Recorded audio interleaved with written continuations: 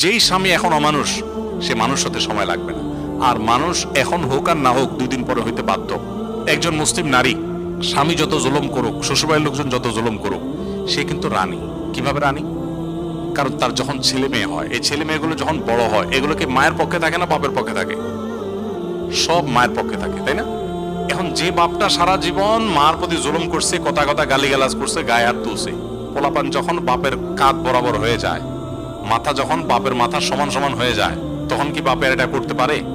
তখন সুইয়ের মতো সোজা হয়ে যায় বুড়া। এরপর যখন নাতিপুতি হয়, তখন সবগুলো ওই দাদির পক্ষে, নানির পক্ষে, বুড়ার পক্ষে একটাও না। বুড়ার তখন বাসার জায়গাই থাকে না, মসজিদে যায় বসে। এবার মসজিদেও শান্তি নেই, কারণ মুয়াজ্জিন বলে চাচা বাইরে দরজা আটকাবো। ঠিক না ঠিক? প্রত্যেকটা ফ্যামিলিতে আপনি দেখবেন। এই জন্য আমি আমার বোনদেরকে বলি, ধৈর্য ধারণ করে সংসারগুলোকে বাঁচাবার চেষ্টা করেন। ভাইদেরকে বলি, ধৈর্য ধারণ করে দাম্পত্য সম্পর্ককে রক্ষা করেন। হ্যাঁ, রেয়ার কেস হতে পারে যে একেবারে অমানুষ, কোনোভাবে তার সাথে থাকলে আপনার ইমান আমলই থাকবে না, তাহলে আপনি 1 জন 2 জন 3 জন বিচক্ষণ বিদগ্ধ আলেম মুফতির সাথে আলাপ করেন, পরামর্শ করেন, তারপর ডিসিশন নেন। হুটহাট তালাক দিতে যাবেন না। হুটহাট তালাক দিয়ে পরে আফসোস করতে হবে।